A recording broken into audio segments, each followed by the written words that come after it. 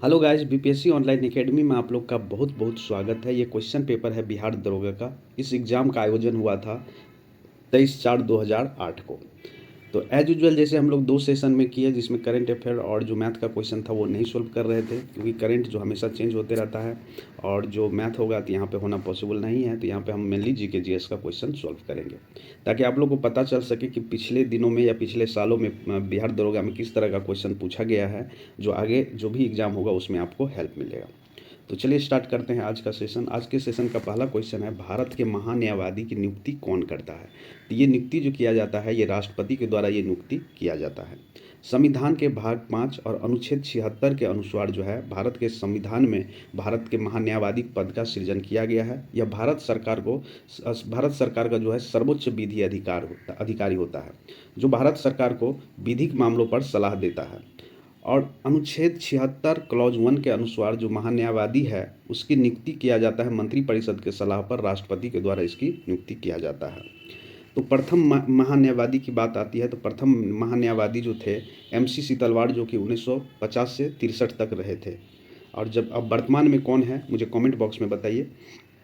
ठीक है, ये सब आप लोग खोज लीजिएगा, जो बोला जाए आप एक बार खोजिएगा ज़रूर, क्योंकि ये तो करंट में पता चलते जाएगा कि कौन है। नेक्स्ट क्वेश्चन है 2 नंबर, भारत का राष्ट्रपति अपना त्यागपत्र किसे सौंपता है? तो ये दिया जाता है उपराष्ट्रपति को। अगर भारत के राष्ट्रपति को अगर त्यागपत्र देना होगा तो वो उपराष्ट्रपति को देंगे। भारत में संघीय कार्यपालिका प्रधान जो होता है वो राष्ट्रपति होता है, तथा संघ की सभी कार्यपालिका संबंधित शक्ति राष्ट्रपति में ही निहित होता है। अनुच्छेद 56 के अनुसार राष्ट्रपति पद जो है ग्रहण करने की तिथि से 5 वर्ष तक की अवधि तक जो है रहेगी। ये अनुच्छेद 56 में मेंशन है, किंतु अगर ऐसे बात करें तो 5 वर्ष का होता है। ठीक है, उपराष्ट्रपति को अपना जो है त्यागपत्र दे सकता है जब राष्ट्रपति को त्यागपत्र देना होगा। और अनुच्छेद 61 के अनुसार क्या होता है, महाभियोग चलाया जाता है राष्ट्रपति पर, जिसको इम्पीचमेंट कहा जाता है। चलिए नेक्स्ट क्वेश्चन है 3 नंबर, भारत में वर्तमान में राष्ट्रपति कौन है? तो देखिए ये 2008 के अनुसार पूछा गया होगा, तो वर्तमान में कौन है? तो देखिए उस टाइम में प्रतिभा देवी सिंह पाटिल थी, लेकिन अभी वर्तमान में अगर हम लोग बात करें तो द्रौपदी मुर्मू जो हमारे वर्तमान में राष्ट्रपति है। ठीक है, चलिए नेक्स्ट क्वेश्चन है 4 नंबर, और इसमें पूछा जा रहा है भारत के 23वें सेना प्रमुख कौन थे? तो देखिए उस टाइम में 23वें सेना प्रमुख थे, तो उस टाइम में 23वें प्रमुख सेना जो थे दीपक कपूर थे, जो कि अभी आप लोग को ये याद नहीं रखना है। अभी वर्तमान में कौन है तो इसको आप लोग एक बार खोज लीजिएगा, मुझे कमेंट बॉक्स में बताइएगा कि अभी वर्तमान में जो है सेना प्रमुख कौन है। नंबर क्वेश्चन पूछा जा रहा है भारत के मुख्य न्यायाधीश कौन है? तो ये भी नहीं आपको याद रखना है, अभी जो वर्तमान में है उसको याद रखना है। तो अभी हाल ही में कुछ दिन पहले जो 50वें मुख्य न्यायाधीश या न्यायमूर्ति जो थे वो धनंजय DY चंद्रचूड़, जिसको धनंजय यशवंत चंद्रचूड़ कहा जाता है, इसका फुल फॉर्म है। तो ये थे। अभी वर्तमान में कौन है तो वो मुझे कमेंट बॉक्स में आप लोग बताइएगा। राज्य परिषद किसके प्रति उत्तरदायी होता है? तो राज्य मंत्री परिषद किसके प्रति उत्तरदायी होता है? तो ये विधानसभा के प्रति उत्तरदायी होता है। अनुच्छेद 164 क्लॉज 2 के अनुसार राज्य की मंत्रिपरिषद विधानसभा के प्रति सामूहिक रूप से उत्तरदायी होती है। संविधान के अनुच्छेद 163 के तहत जो है राज्य मंत्रिपरिषद के गठन का उपबंध किया गया है। तो ये भी आपको याद रखना है। 164 के अनुसार जो है अनुच्छेद 164 के अनुसार राज्य की मंत्रिपरिषद विधानसभा के प्रति जो है सामूहिक रूप से उत्तरदायी होंगे। और अनुच्छेद 163 के तहत जो है राज्य मंत्रिपरिषद का गठन का उपबंध किया गया है हमारे संविधान में। मुख्यमंत्री की नियुक्ति राज्य मंत्रिपरिषद के गठन का प्रथम चरण होता है, और अनुच्छेद 164 क्लॉज 1 में कहा गया है कि मुख्यमंत्री की नियुक्ति राज्यपाल करेगा। ठीक है, और अन्य मंत्रिपरिषद की नियुक्ति राज्यपाल ही करेंगे मुख्यमंत्री के सलाह पर। ये आप लोग याद रखेंगे। देखिए ये भी 7 नंबर क्वेश्चन आप लोग करेंट अफेयर कह सकते हैं। इसमें क्वेश्चन पूछा जा रहा है बिहार में पुल सड़क निर्माण के लिए सरकार ने किस कंपनी के साथ अनुबंध किया है? तो उस टाइम में जो किया होगा उसके अनुसार ये पूछा गया है, तो ये अभी नहीं करना है आप लोगों को। उसके बाद है 8 नंबर क्वेश्चन, जूट के उत्पादन में बिहार का कौन सा जिला अग्रणी है? तो उस टाइम में जो था, उस टाइम में पूर्णिया, और अभी भी जो है पूर्णिया ही है अगर बिहार का डिस्ट्रिक्ट की बात करें तो।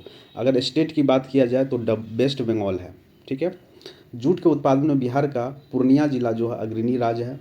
सोने का रेशे के नाम से हम लोग जानते हैं जूट को।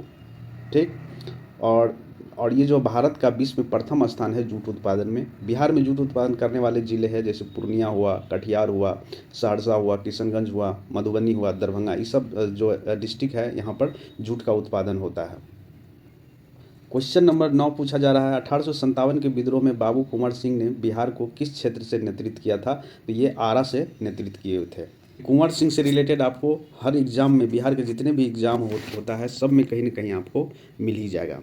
तो 1857 के विद्रोह में बाबू कुंवर सिंह ने बिहार के आरा क्षेत्र से लीड किए हुए थे।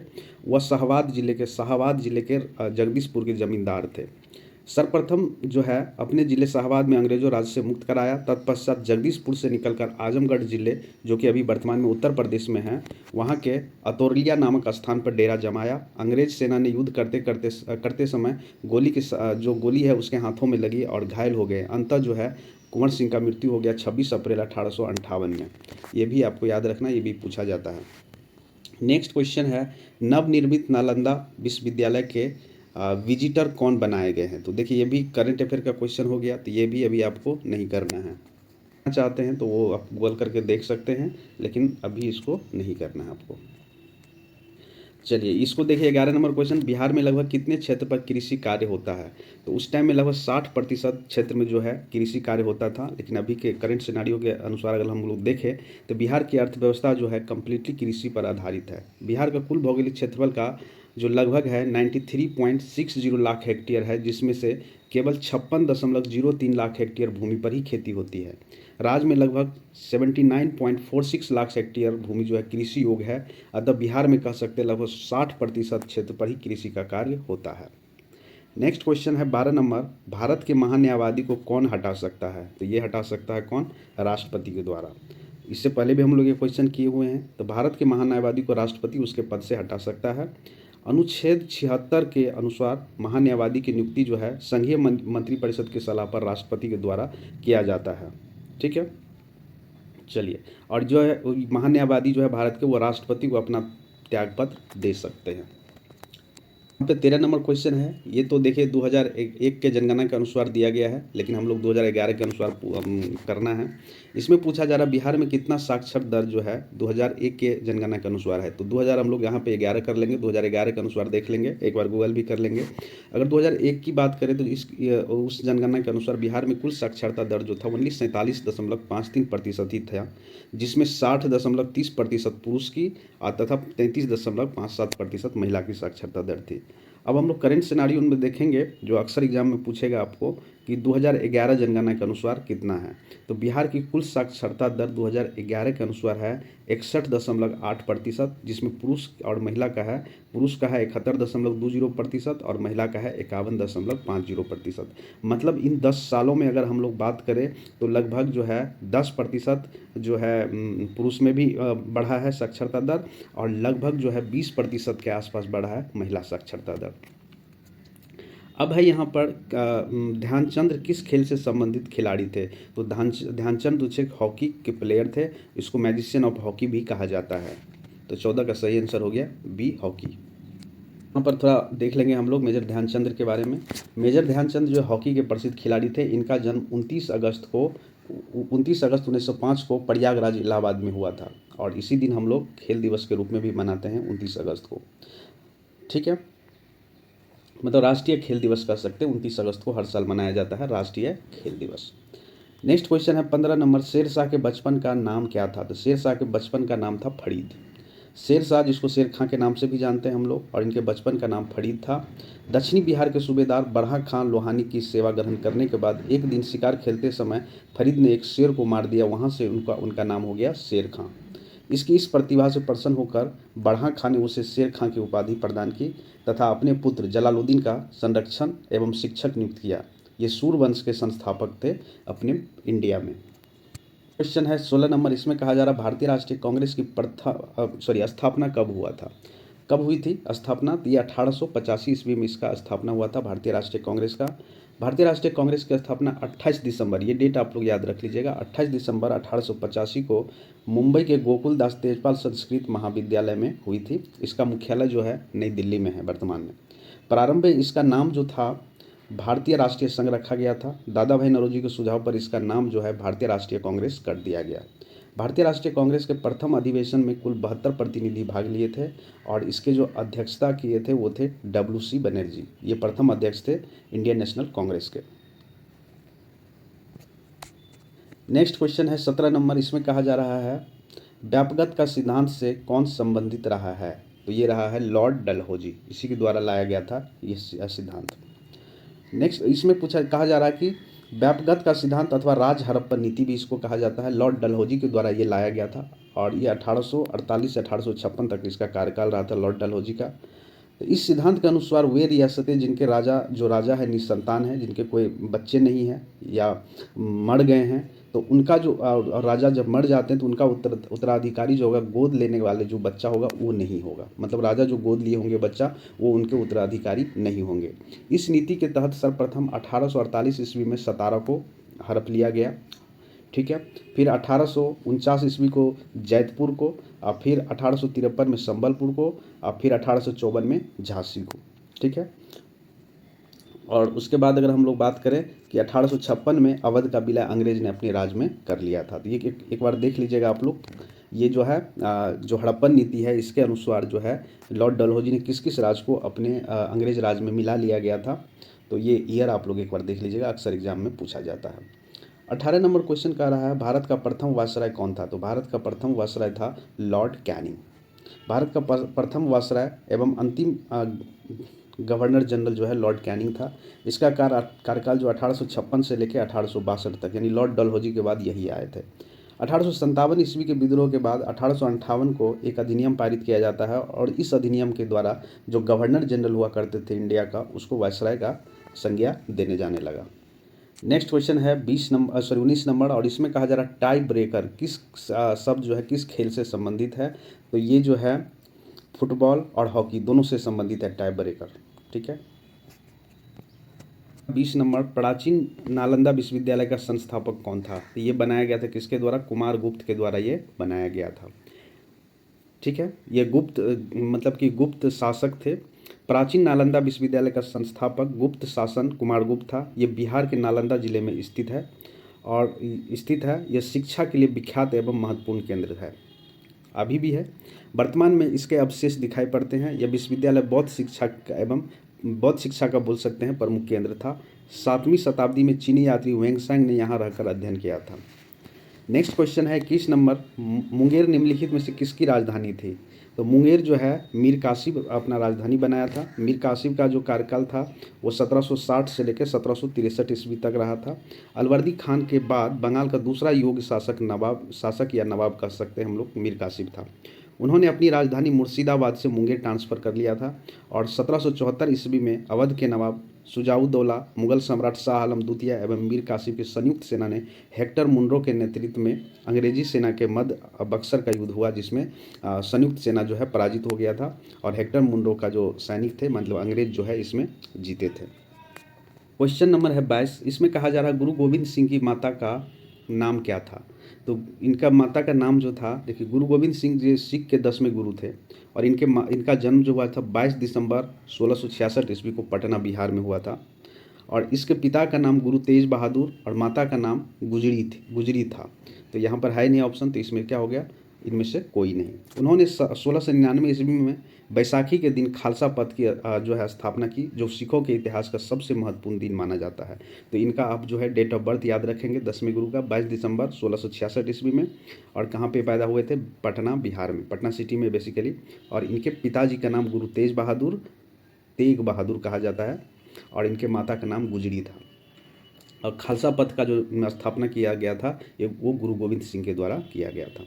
नेक्स्ट क्वेश्चन है 23 नंबर, फणीश्वर नाथ रेणु का जन्म कहाँ हुआ था? तो फणीश्वर नाथ रेणु का जन्म जो हुआ था ये पूर्णिया में हुआ था। इनका जन्म 4 मार्च 1921 को बिहार के पूर्णिया जिले में, और उस टाइम में जो अररिया जिले में अभी वर्तमान में अगर हम लोग बात करें तो हुआ था।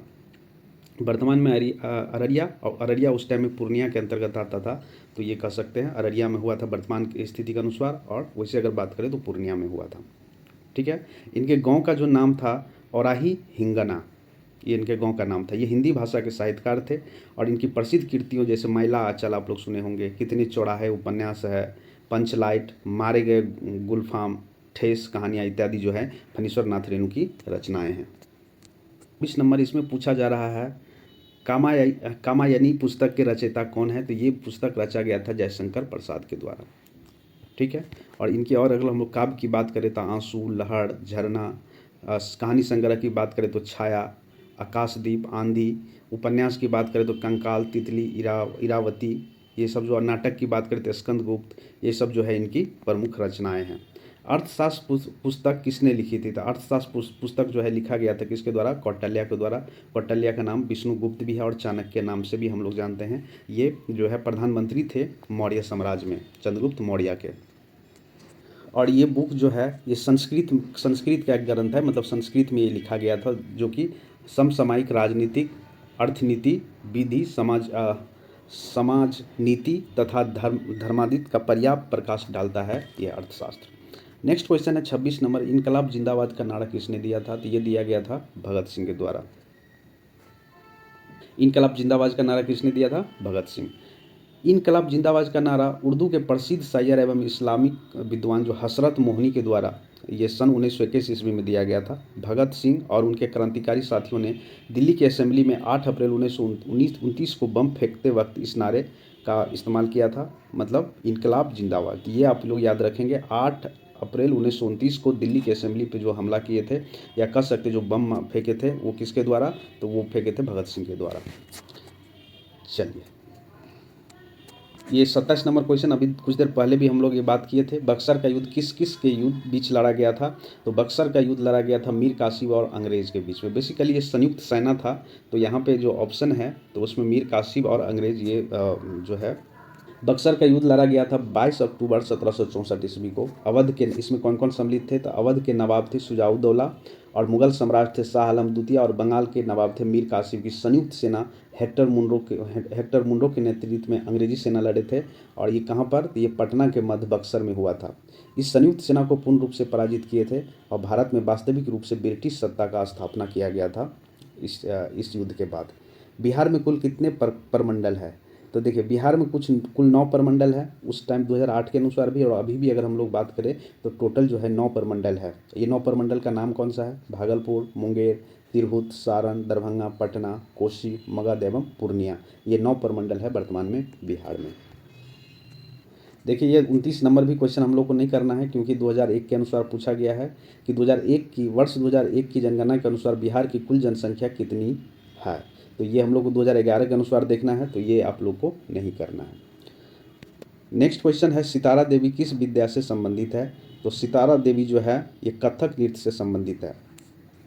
ये जो है सितारा देवी भारतीय शास्त्रीय नृत्य की कथक नृत्यांगना थी, जिनका जन्म 1920 ईस्वी में कलकत्ता में हुआ था, और मात्र 16 वर्ष की उम्र में रविन्द्रनाथ टैगोर ने उसे नृत्य सामग्री का कहकर संबोधित किया था। वर्ष 1975 में उन्हें भारत सरकार द्वारा पद्म भूषण, पद्मश्री और संगीत नाटक अकादमी कालिदास सम्मान से सम्मानित किया गया था, और 2014 में इनकी मृत्यु हो गई थी। ठीक है।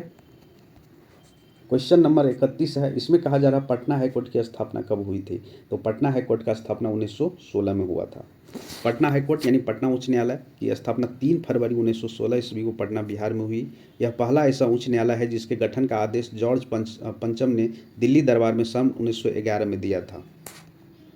नेक्स्ट क्वेश्चन है 32 नंबर, इसमें कहा जा रहा है कि जैन धर्म के अंतिम तीर्थकर महावीर की मृत्यु कहाँ हुई थी?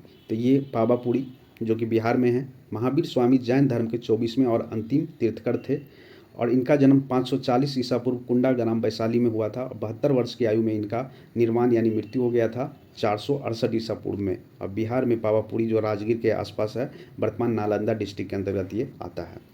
नेक्स्ट क्वेश्चन है 33 नंबर, भगवान बुद्ध का जन्म लुम्बिनी में हुआ था। लुम्बिनी कहाँ पर है? तो वर्तमान में लुम्बिनी कहाँ पर है? नेपाल में। गौतम बुद्ध को बौद्ध धर्म के संस्थापक हैं ये माने जाते हैं। इनका जन्म 563 ईसा पूर्व में कपिल वस्तु के लुम्बिनी नामक स्थान पर हुआ था। लुम्बिनी वर्तमान में नेपाल में स्थित है, और इनके पिता का नाम सुदोधन, जो कि शाक्यगण के मुखिया थे। और 80 वर्ष की अवस्था में 483 ईसा पूर्व में कुशीनगर उत्तर प्रदेश में इनकी मृत्यु हो जाती है, और बौद्ध धर्म में इसको महापरिनिर्वाण के नाम से जानते हैं हम लोग। इस नंबर इसमें कहा जा रहा है झारखंड देश का कौन सा राज्य है? तो देखिए 2015 नवंबर 2000 को झारखंड अलग हुआ था बिहार से, और ये जो है 28वां राज्य बन के 28वां राज्य अस्तित्व में आया था, और जिसका राजधानी जो है रांची रखा गया था। 35 नंबर क्वेश्चन है, बिहार में लोकसभा सीटों की संख्या कितनी है? तो बिहार में लोकसभा सीटों की संख्या 40 है, वर्तमान में भी 40 है। बिहार में लोकसभा की कुल संख्या कितनी, सीट की संख्या कितनी है, 40 है। भारतीय संविधान में लोकसभा के गठन का प्रावधान अगर हम लोग बात करें तो 81 है। ठीक है, भारतीय संविधान में लोकसभा के गठन का प्रावधान कितने में मेंशन है, 81 है। और राज्यसभा के गठन का जो अनुच्छेद है वो मुझे कमेंट बॉक्स में आप लोग बताइए। यह संसद का प्रथम या निम्न सदन होता है। इसे लोकप्रिय सदन भी कहा जाता है क्योंकि इसके सदस्य जनता द्वारा प्रत्यक्ष रूप से निर्वाचित होते हैं। वर्तमान में लोकसभा के सदस्य जो है वो कितने हैं, 543 है। इन सदस्यों में 530 राज्य से और 13 सदस्य संघीय क्षेत्र के निर्वाचित होते हैं। लोकसभा सीटों की सर्वाधिक संख्या उत्तर प्रदेश में है जो कि 80 है, और बिहार में कितने हैं, 40 है। और राज्यसभा में बिहार में कितनी सीट है, कमेंट बॉक्स में मुझे बताइए।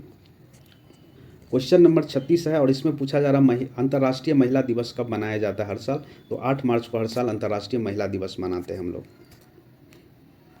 नंबर है 37 और इसमें पूछा जा रहा है बिंबिसार किस वंश का राजा था। तो बिंबिसार जो हर्यंक वंश का राजा था। बिंबिसार हर्यंक वंश का संस्थापक भी था। इस वंश की स्थापना जो 544 ईसा पूर्व में हुआ था। बिंबिसार को मगध साम्राज्य का वास्तविक संस्थापक माना जाता है। उन्होंने अपना कैपिटल जो है राजगीर यानी गिरिराज को अपनी राजधानी बनाया था। उसके पुत्र का नाम अजातशत्रु था। वह अपने पिता की हत्या करके राजगद्दी हासिल किया था। नेक्स्ट क्वेश्चन है 38 नंबर, भारत में प्रथम सत्याग्रह गांधी जी ने कहाँ शुरू किया था। तो ये किया था चंपारण बिहार से। भारत में सत्याग्रह का पहला प्रयोग वर्ष 1917 में चंपारण बिहार में किया गया था गांधी जी के द्वारा। वहाँ के एक स्थानीय नेता जो कि राजकुमार शुक्ल के आग्रह पर महात्मा गांधी बिहार का दौरा किए थे, जिसने वहाँ पर प्रचलित 3 कठिया सिस्टम को, जो कि किसानों को कृषि अन्य भूमि के 3/20वें भाग पर नील की खेती करना अनिवार्य कर दिया गया था, उसको इनके द्वारा अंत किया गया। क्वेश्चन हो गया 39 नंबर, तो ये हम लोग को नहीं करना है। नेक्स्ट क्वेश्चन है सार्क का सबसे नया सदस्य कौन सा है। तो देखिए सार्क का मतलब क्या होता है। तो सार्क का मतलब होता है south Asian association for regional cooperation, जिसमें जो है इसको बोला जाता है हिंदी में दक्षिण एशियाई क्षेत्र सहयोग संगठन। दक्षिण एशिया के 8 सदस्य देश का आर्थिक और राजनीतिक संगठन है। इसका स्थापना देखिए ये याद रखना आप लोग को 8 दिसंबर 1985 को हुआ था। भारत इसके जो वर्तमान में उस टाइम में थे भारत, पाकिस्तान, बांग्लादेश, श्रीलंका, नेपाल और मालदीव और भूटान द्वारा मिलकर की गई थी।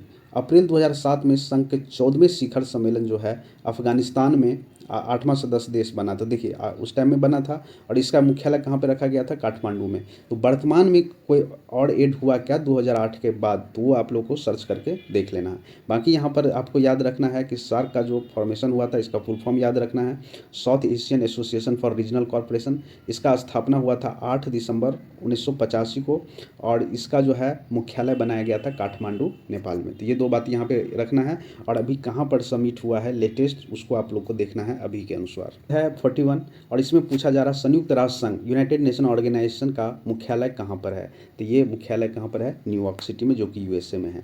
संयुक्त राष्ट्र संघ का स्थापना 24 अक्टूबर 1945 को हुआ था और इसका मुख्यालय है न्यूयॉर्क शहर, जो कि यूएसए में स्थित है। वर्तमान में इसके 193 जो सदस्य राष्ट्र है।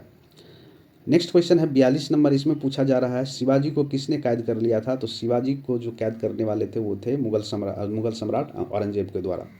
पुरंदर की संधि 22 जून 1665 ईस्वी को शिवाजी और औरंगजेब सेनापति राजा जयसिंह के बीच हुआ था। संधि के पश्चात राजा जयसिंह के पुत्र राम सिंह की सुरक्षा की गारंटी के उपरांत शिवाजी जो है 12 मई 1666 ईस्वी को आगरा दरबार में पहुँचे। उन्हें दरबार में 5000 मनसबदारों की लाइन में खड़ा किया गया और इससे वो नाराज हो गए और परिणाम स्वरूप जो है औरंगजेब के कहने पर शिवाजी को जयपुर महल आगरा में बंदी बना लिया गया। वहाँ वे 16 अगस्त और 1666 को वहाँ से भाग निकले थे। चलिए नेक्स्ट क्वेश्चन है महात्मा गांधी कब भारतीय राष्ट्रीय कांग्रेस के अध्यक्ष बने थे। तो देखिए महात्मा गांधी जो है भारतीय राष्ट्रीय कांग्रेस के अध्यक्ष जो एक ही बार बने थे, जो बने थे 1924 में। और ये कौन सा था, 39वां अधिवेशन था जो कि जिसका आयोजन किया गया था 16 से 27 दिसंबर 1924 को। और ये बेलगांव सेशन में ये प्रेसिडेंट बने थे और ये बेलगांव कहाँ पर है, कर्नाटक में। और यही एकमात्र अधिवेशन थे जिसमें महात्मा गांधी ने अध्यक्षता की थी। क्वेश्चन है 44 नंबर, इसमें पूछा जा रहा बंगाल का विभाजन हुआ था। तो बंगाल का विभाजन कब हुआ था, 1905 ईस्वी में। बंगाल का विभाजन 1905 ईस्वी में तत्कालीन वायसराय लॉर्ड कर्जन द्वारा किया गया था और कहा गया था प्रशासनिक असुविधा हो रही है इसलिए ये विभाजन किया जा रहा है। ठीक है, परंतु वास्तविक कारण अगर बात करें तो प्रशासनिक नहीं बल्कि राजनीतिक कारण था। जनता द्वारा विरोध करने के बावजूद लॉर्ड कर्जन ने 19 जुलाई 1905 ईस्वी को बंगाल का विभाजन का निर्णय की घोषणा किया, जिसके परिणाम स्वरूप 7 अगस्त 1905 को कलकत्ता के टाउन हॉल में स्वदेशी आंदोलन की घोषणा की गई और बंगाल विभाजन 16 अक्टूबर 1905 को प्रभावित हुआ। तो ये दोनों डेट आपको याद रखना, 19 जुलाई 1905 को इस दिन घोषणा किया गया और लागू कब हुआ, 16 अक्टूबर 1905 को। नेक्स्ट क्वेश्चन है 45 नंबर, राज्यसभा और लोकसभा की संयुक्त बैठक कौन बुला सकता है? तो ये राज्यसभा और लोकसभा का संयुक्त बैठक बुला सकता है राष्ट्रपति के द्वारा।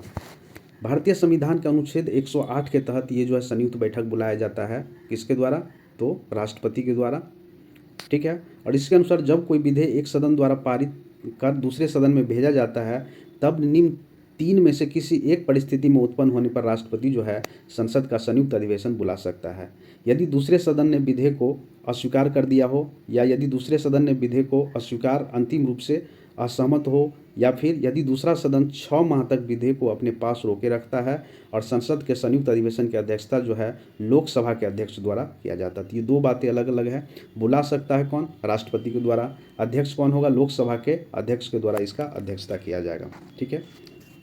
नंबर है 46, इसमें पूछा जा रहा है एक व्यक्ति ग्राम पंचायत की सदस्यता के लिए चुनाव लड़ना चाहता है, इसकी उम्र कितनी होनी चाहिए? तो इसका उम्र होना चाहिए 21 वर्ष या इससे ऊपर होना चाहिए मिनिमम। ग्राम पंचायत के अध्यक्ष या ग्राम प्रधान अथवा सदस्य का चुनाव लड़ने के लिए न्यूनतम 21 वर्ष का उम्र होना चाहिए। 73वें संविधान संशोधन अधिनियम 1992 में पारित होने से देश में संघीय लोकतांत्रिक ढांचे का एक नए युग का प्रारंभ हुआ और पंचायती राज संस्थाओं को संवैधानिक दर्जा भी मिला इसमें। तो ये भी आपको याद रखना है, पंचायती राज व्यवस्था को कब संवैधानिक दर्जा मिला? तो 73वें संविधान संशोधन अधिनियम 1992 के तहत। नेक्स्ट क्वेश्चन है नेताजी सुभाष चंद्र बोस राष्ट्रीय खेल संस्था कहाँ स्थित है? यह स्थित है पटियाला में, ठीक है। नेक्स्ट क्वेश्चन है आपका 48 नंबर और इसमें पूछा जा रहा है जसपाल राणा का नाम निम्नलिखित में से खेलों में से किस खेल से संबंधित है? देखिए उस टाइम का क्वेश्चन है, ये भी आपको नहीं करना है। इसको अर्जुन पुरस्कार से सम्मानित किया गया है और बेसिकली जसपाल राणा जो है ये निशानेबाज से संबंधित है। क्वेश्चन है 49 नंबर, राजा भोज निम्नलिखित में से किस राजवंश से संबंधित थे? तो राजा भोज जो है वो परमार वंश से संबंधित थे। परमार वंश, राजा भोज परमार वंश से एक प्रतापी शासक थे। इस वंश का आप लोग सुने भी होंगे, कहाँ राजा भोज कहाँ गंगुतेली, तो ये परमार वंश के थे राजा भोज। तो इस वंश के संस्थापक उपेंद्र राजा अथवा कृष्ण राजा थे। परमार वंश के संस्थापक कृष्ण राजा अथवा उपेंद्र राजा थे। आरंभ में इस वंश की राजधानी उज्जैन थी, मतलब मध्य प्रदेश में, पर कालांतर में राजधानी जो है धार ट्रांसफर कर दिया गया। परमार वंश का 8वां राजा जो है वाक्यपति मुंज का भतीजा भोज थे, जो कि 1018 ईस्वी से 1060 ईस्वी तक प्रतापी राजा बने रहे। अगला क्वेश्चन है 50 नंबर, दिल्ली के लाल किले में स्थित मोती मस्जिद को किसने बनाया था? तो ये बनाया गया था औरंगजेब के द्वारा। दिल्ली के लाल किले में स्थित मोती मस्जिद का निर्माण औरंगजेब के द्वारा किया गया था। औरंगजेब का कार्यकाल जो था ये 1658 से 1707 ईस्वी तक। मुगल साम्राज्य का एक शक्तिशाली शासक था, वह मुगल बादशाह शाहजहां का पुत्र है, ठीक है। चलिए, एक आगरा में भी मोती मस्जिद है जिसका निर्माण शाहजहां के द्वारा किया गया था। क्वेश्चन नंबर है 51, इसमें पूछा जा रहा है वर्ष 1857 में मेरठ में प्रथम सिपाही विद्रोह की आग किस दिन भड़की थी? तो ये भड़की थी 10 मई को। वर्ष 1857 में मेरठ में प्रथम सिपाही विद्रोह की आग जो है 10 मई को भड़की थी। वहां तैनात भारतीय सिपाहियों ने विद्रोह कर दिया और अपने अधिकारियों पर गोली चलाई, अपने साथियों को मुक्त करवाए और ये लोग दिल्ली की ओर चल पड़े। मेरठ में तैनात जनरल हैविट, उस टाइम में मेरठ में कौन तैनात थे? जनरल हैविट थे, ने उनके आगे बढ़ने से रोकने का प्रयास नहीं किया। मेरठ में विद्रोह जो 11 मई को दिल्ली पहुंचे और 12 मई 1857 ईस्वी को उन्होंने दिल्ली पर भी अधिकार कर लिया था। तो याद रखिएगा, मेरठ में जो भड़की थी सिपाही विद्रोह वो 10 मई को। नंबर, इसमें कहा जा रहा महात्मा गांधी की हत्या नथुराम गोडसे ने निम्नलिखित में से किस दिन किया था? तो यह हत्या जो 30 जनवरी 1948 को किया था, ठीक है। और तब नथुराम गोडसे को 15 नवंबर 1949 को इनको फांसी दे दिया गया था। 53 नंबर क्वेश्चन कहा जा रहा है हाल ही में भारत के किस पड़ोसी देश ने राजतंत्र की समाप्ति कर गणतंत्र की स्थापना की? देखिए 2008 का करंट अफेयर हो गया ये, तो ये नेपाल में हुआ था। क्वेश्चन नंबर है 54, इसमें कहा जा रहा है राज्यसभा का सदस्य निर्वाचित होने के लिए आवश्यक न्यूनतम उम्र सीमा कितनी है? तो अगर राज्यसभा का अगर सदस्य निर्वाचित होते हैं तो न्यूनतम उम्र सीमा होना चाहिए कितना? 30 साल होना चाहिए। तो सही आंसर हो गया बी। राज्यसभा का सदस्य निर्वाचित होने के लिए आवश्यक न्यूनतम उम्र सीमा है 30 वर्ष, ये निर्धारित की गई है। जबकि लोकसभा का सदस्य बनने के लिए न्यूनतम उम्र कितना होना चाहिए? 25 वर्ष होना चाहिए। राज्यसभा भारतीय संसद का द्वितीय या उच्च सदन कहलाता है।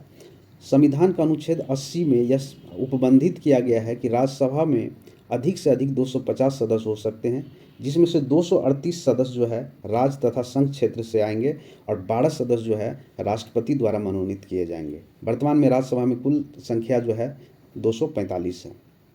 नेक्स्ट क्वेश्चन है 55 नंबर, वर्ष 2010 में आयोजित होने वाला कॉमनवेल्थ खेल की मेजबानी कौन करेगा? देखिए करेंट अफेयर हो गया तो इसको छोड़ देंगे, लेकिन अभी वर्तमान में कहाँ आयोजित हुआ है कॉमनवेल्थ या कहाँ होने वाला है तो ये आप लोग देख लेंगे।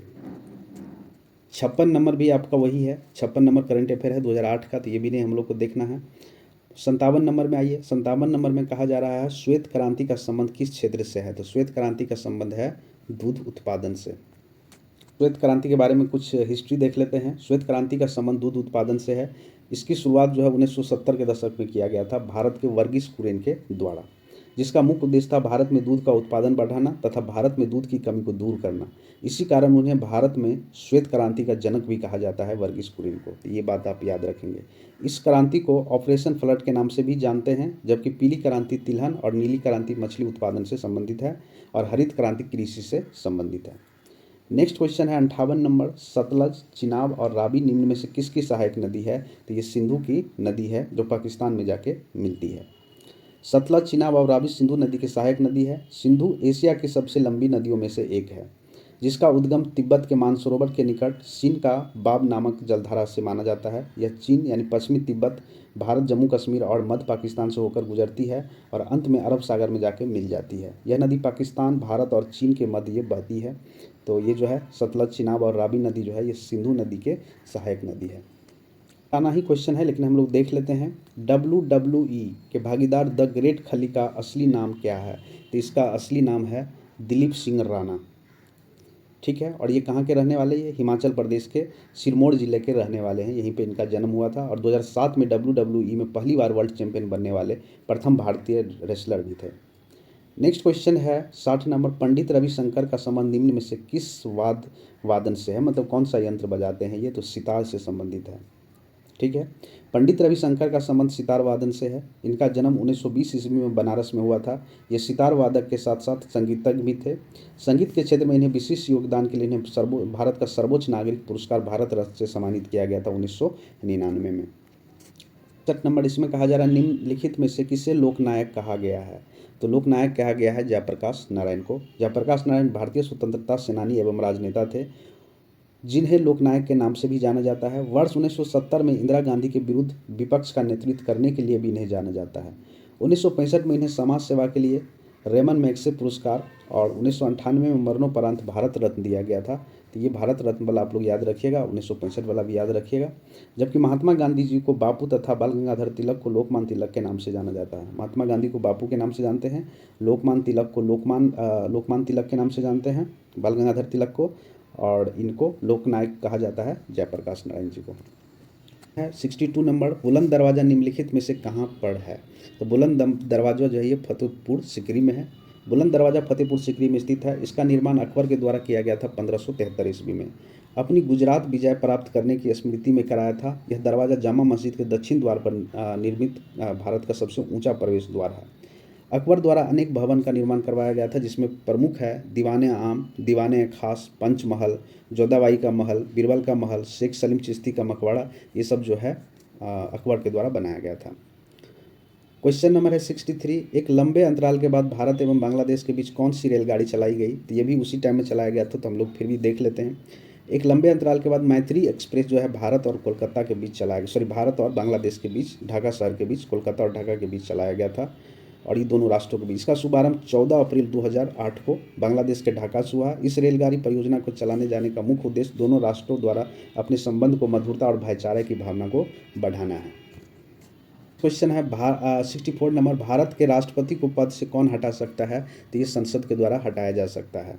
भारत के राष्ट्रपति उसके पद से संविधान के अतिक्रमण या साबित कदाचार के आधार पर, मतलब कोई गलती करती है, वो कदाचार अगर प्रूफ हो जाता है तो उसके आधार पर संसद में महाभियोग चलाया जा सकता है, जो अनुच्छेद 61 के अनुसार चलाया जाता है।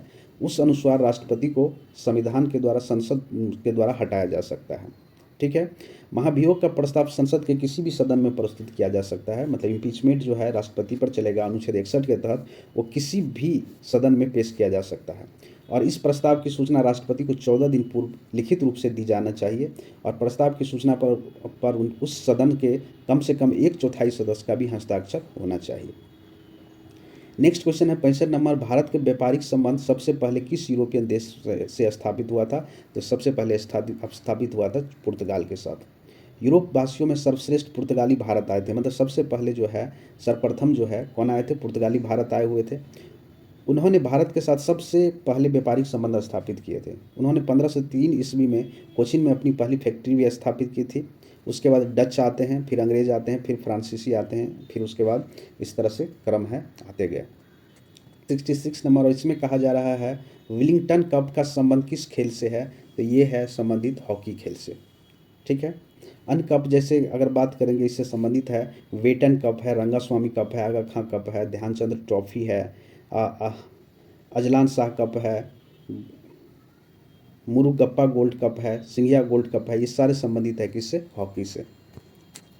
नेक्स्ट क्वेश्चन है 67 नंबर, पृथ्वी का एकमात्र प्राकृतिक उपग्रह है, वो कौन सा है? तो वो है चंद्रमा। चंद्रमा पृथ्वी का एकमात्र प्राकृतिक उपग्रह है। ठीक है। चंद्रमा और पृथ्वी के मध्य औसत दूरी जो है ये उतना याद नहीं रखना आप लोगों को। उपग्रह वे आकाशीय पिंड होते हैं जो अपने अपने संबंध ग्रहों की परिक्रमा करते हैं और एवं अपने ग्रह के साथ सूर्य की परिक्रमा भी करते हैं। हेली नाम का धूमकेतु सौर परिवार का ही एक सदस्य है जो कि 76 वर्ष के अंतराल पर दिखाई देता है। यह अंतिम बार 1986 में दिखाई दिया था, जबकि अगली बार 2062 में दिखाई देगा। नेक्स्ट क्वेश्चन है 68 नंबर, इसमें कहा जा रहा है जातक पवित्र ग्रंथ है। किसका पवित्र ग्रंथ है? तो ये बौद्ध धर्म का पवित्र ग्रंथ है। जातक कथाएं बौद्ध धर्म से संबंधित है। भगवान बुद्ध के पूर्व जन्मों की लोकप्रिय कहानी का संग्रह को जातक कथा की संज्ञा दी गई है। इस बौद्ध धर्म में सभी मतों के संरक्षित किया गया है और इसकी रचना का समय 3री शताब्दी जो ईसा पूर्व किया गया था या ऐसा माना जाता है। चलिए नेक्स्ट क्वेश्चन है 69 नंबर, स्वेज नौ परिवहन नहर भूमध्य सागर को किसके साथ जोड़ता है? तो लाल सागर यानी रेड सी के साथ जोड़ता है। स्वेज नहर भूमध्य सागर को लाल सागर से जोड़ती है। इसका निर्माण 1869 ईस्वी में किया गया था।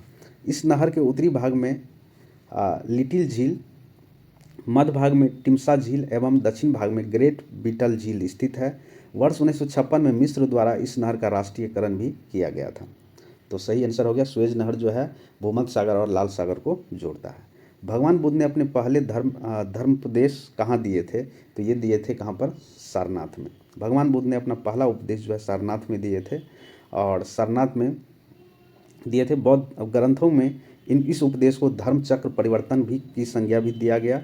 बुद्ध ने अपने उपदेश पाली भाषा में दिए थे, तो ये आपको याद रखना है, पाली भाषा में अपना उपदेश जो है दिए हुए थे। ठीक है। 71 नंबर, इसमें कहा जा रहा है अनुच्छेद 370 का संबंध किस राज्य के विशेष प्रावधान से है? तो ये है जम्मू कश्मीर से। प्रश्नकाल के समय जम्मू कश्मीर में जो है अनुच्छेद 370 के तहत विशेष अधिकार प्रावधान किया गया था, किंतु 31 अक्टूबर 2019 को ये जो है जम्मू कश्मीर से जो अनुच्छेद 370 हटा दिया गया और 2 केंद्र शासित प्रदेश में इनको बांट दिया गया है, जो कि एक है जम्मू कश्मीर और दूसरा है लद्दाख। नेक्स्ट क्वेश्चन है 72 नंबर, इसमें कहा जा रहा है रजनामा फारसी में अनुवाद था। ये किसका अनुवाद था? तो ये महाभारत का था, रजनामा नाम से किया गया था। हिंदू के प्रसिद्ध महाकाव्य जो महाभारत को फारसी भाषा में अनुवाद रजनामा कहा जाता है। मतलब महाभारत का जो फारसी में अनुवाद किया तो उसका नाम क्या रखा गया? रजनामा कहा गया। इसका फारसी में अनुवाद मुगल बादशाह अकबर के आदेश पर बदायूं, नकीब खां और अब्दुल कादिर ने किया था। फारसी मुगल का राजकीय भाषा था। फारसी जो था मुगल काल का राजकीय भाषा था। नेक्स्ट क्वेश्चन है 73 नंबर, इसमें कहा जा रहा है वह मुगल सम्राट जिसका 2 बार राज्याभिषेक हुआ था वो कौन थे? तो वो थे औरंगजेब। मुगल सम्राट औरंगजेब का जन्म 24 अक्टूबर 1618 ईस्वी को दोहाद यानी गुजरात में हुआ था। औरंगजेब वह मुगल सम्राट था जिसका राज्याभिषेक 2 बार हुआ था। प्रथम बार राज्याभिषेक हुआ था 31 जुलाई 1658 ईस्वी को आगरा में, और दूसरा राज्याभिषेक हुआ था दिल्ली में जो 15 जून 1659 में किया गया था। नेक्स्ट क्वेश्चन है 74 नंबर, अंग्रेज को सुनहरा फरमान कब प्रदान किया गया? तो ये प्रदान किया गया था 1632 ईस्वी में। 1632 ईस्वी में गोलकंडा के जो सुल्तान थे अंग्रेज़ों को एक सुनहरा फरमान जारी किया जिसके मुताबिक 500 पोगडस सालाना कर देने पर उन्हें गोलकुंडा राज के बंदरगाह में स्वतंत्रतापूर्वक व्यापार करने की अनुमति मिल गई। 5 नंबर इसमें कहा जा रहा पुर्तगालियों ने गोवा पर अधिकार कब किया था। तो पुर्तगालियों ने गोवा पर अधिकार 1510 में कर दिया था और 1530 आते आते जो है इसको राजधानी बना दिया था। पुर्तगालियों द्वारा सर्वप्रथम 1510 में गोवा पर अधिकार करने का श्रेय अल्फांसो डी अल्बुर्क को माना जाता है और उसने बीजापुर के आदिल शाह सुल्तान से गोवा को जीता था। और अल्फांसो डी अल्बुर्क जो गवर्नर थे भारत में पुर्तगाली शक्ति का वास्तविक संस्थापक माना जाता है। इसने कोचिंग में अपना मुख्यालय बनाया था। फिर बाद में 1530 जब आएगा तब गोवा इसका मुख्यालय आ जाएगा। रेशम किससे उत्पन्न होता है। तो रेशम उत्पन्न होता है रेशम के कीड़े के क्यूपा से। तो सही आंसर इसका बी हो गया। 77 इसमें पूछा जा रहा मोबाइल सेलफोन को काम करने के लिए निम्न में से कौन सा अत्यावश्यक है। तो देखिए काम करने अनुकूल हेडसेट यानी फ़ोन होना चाहिए आपके पास, सेवा प्रदान करने वाला नेटवर्क होना चाहिए आपके पास, मतलब इसमें से सभी। क्वेश्चन है 78 नंबर, कंप्यूटर से एक क्वेश्चन पूछा गया है। निम्नलिखित में से कौन से पर्सनल कंप्यूटर के कुंजी पटल की कुंजी में परंपरागत टाइपराइटरों में उपलब्ध नहीं है। मतलब कीबोर्ड की बात कर रही है तो उसमें क्या नहीं होगा, एंटर का बटन नहीं होगा। 29 नंबर, निम्नलिखित शब्दों में कौन सा शब्द इंटरनेट कार्यप्रणाली से संबंधित है। तो देखिए www कोई भी वेबसाइट लिखना होता है तो www लिखना होता है, ईमेल है और HTTP भी है। तो उपयुक्त में से सभी इसका आंसर हो गया। ठीक है। और www जो एक जो होता है इसमें जो है HTTP का मतलब होता है हाइपर टेक्स्ट ट्रांसफ़र प्रोटोकॉल होता है इसका फुल फॉर्म। तो ये आपको इसमें याद रखना है। नेक्स्ट क्वेश्चन है 80 नंबर, किस रक्त वर्ग के व्यक्ति सर्वदाता यानी यूनिवर्सल डोनर कहलाते हैं। तो ओ ब्लड ग्रुप ओ जो है यूनिवर्सल डोनर कहलाता है। और ए बी जो है जो यूनिवर्सल रिसेप्टर कहा जाता है कि सबसे ये ले सकते हैं और वो जो है सबको दे सकते हैं। तो हम लोग यहाँ पे देखिए क्या दिया हुआ है, ब्लड ग्रुप दिया हुआ है, यहाँ पे एंटीजीन और यहाँ पे एंटीबॉडी दिया हुआ है। जिसका ब्लड ग्रुप ए है तो उसमें एंटीजीन जो होगा ए होगा और एंटीबॉडी केवल बी होगा, ए नहीं होगा। जिसका ब्लड ग्रुप बी है उसमें एंटीजीन बी होगा लेकिन इसमें एंटीबॉडी क्या होगा, ए होगा। जिसका ब्लड ग्रुप ए बी है उसमें एंटीजीन दोनों होगा, ए बी दोनों, और इसमें एंटीजीन कोई भी नहीं होगा। और जिसका ब्लड ग्रुप जिसको यूनिवर्सल ब्लड डोनर कहा जाता है ओ, इसमें से कोई भी एंटीजीन नहीं होगा लेकिन एंटीबॉडी दोनों होगा, ए बी दोनों। नेक्स्ट क्वेश्चन है 81 नंबर, गन्ने की कटाई का प्रयोग निम्नलिखित में से किससे पुनः उगाने के लिए किया जाता है। तो वो है गन्ना। क्वेश्चन नंबर है 82, इसमें कहा जा रहा है AIDS मतलब एड्स का पूर्ण रूप क्या है, फुल फॉर्म क्या है। तो इसका है एक्वायर्ड इम्यूनो डिफिशियंसी सिंड्रोम, इसका फुल फॉर्म होता है। ठीक है। इसमें क्या होता है, HIV जब होता है इम्यून सिस्टम को खराब कर देता है, मतलब बीमारी से लड़ने की जो क्षमता होगी वो बिल्कुल ही नष्ट हो जाती है हमारे शरीर में। क्वेश्चन नंबर है 83, इसमें कहा जा रहा है दूध के फटने पर कौन सा एसिड उत्पन्न होता है। तो दूध के फटने पर लैक्टिक एसिड उत्पन्न होता है। संतरे किसके प्रबल स्रोत है। तो संतरे जब खाएंगे तो विटामिन आपको मिलेगा, और विटामिन कौन सा, विटामिन सी का पर्याप्त सोर्स है। विटामिन सी का रासायनिक नाम है एस्कॉर्बिक एसिड या एस्कॉर्बिक अम्ल कहा जाता है। इसकी कमी से शरीर में एस्कॉर्बिक नामक रोग हो जाता है। का नाम दिया हुआ है 85 नंबर क्वेश्चन में, इनमें कौन सा रोग मच्छरों से होने वाला रोग नहीं है। तो घेघा रोग जो है ये आयोडीन की कमी से होता है, ये मच्छरों के काटने से नहीं होता है। अन्य रोग जैसे डेंगू, मलेरिया, फाइलेरिया मच्छरों से उत्पन्न होने वाले रोग हैं। पालक के पत्ते किसके प्रबल स्रोत है। तो पालक पत्ते जब खाएंगे आप तो इसमें आयरन का सोर्स होता है। पालक के पत्ते आयरन के प्रबल स्रोत है। इसमें से vitamin A, vitamin B, vitamin C, calcium, amino अम्ल, फॉलिक अम्ल भी पाया जाता है। नंबर इसमें पूछा जा रहा है दंत क्षय का कारण क्या है। तो इसमें बैक्टीरिया जनित संक्रमण जो है दंत क्षय मतलब दांत जो सर के गिरते हैं उसकी बात हो रही है। उसके बाद है 88 नंबर क्वेश्चन, एंटीटॉक्सिन का इंजेक्शन किसकी रोकथाम के लिए दिया जाता है। टिटनेस का रोग के लिए दिया जाता है एंटीटॉक्सिन का इंजेक्शन। नंबर इसमें कहा जा रहा है कि अल्बर्ट आइंस्टीन थे एक प्रसिद्ध, क्या थे, एक भौतिक शास्त्री थे अल्बर्ट आइंस्टीन। अल्बर्ट आइंस्टीन एक प्रसिद्ध भौतिक शास्त्री थे एवं वैज्ञानिक भी थे।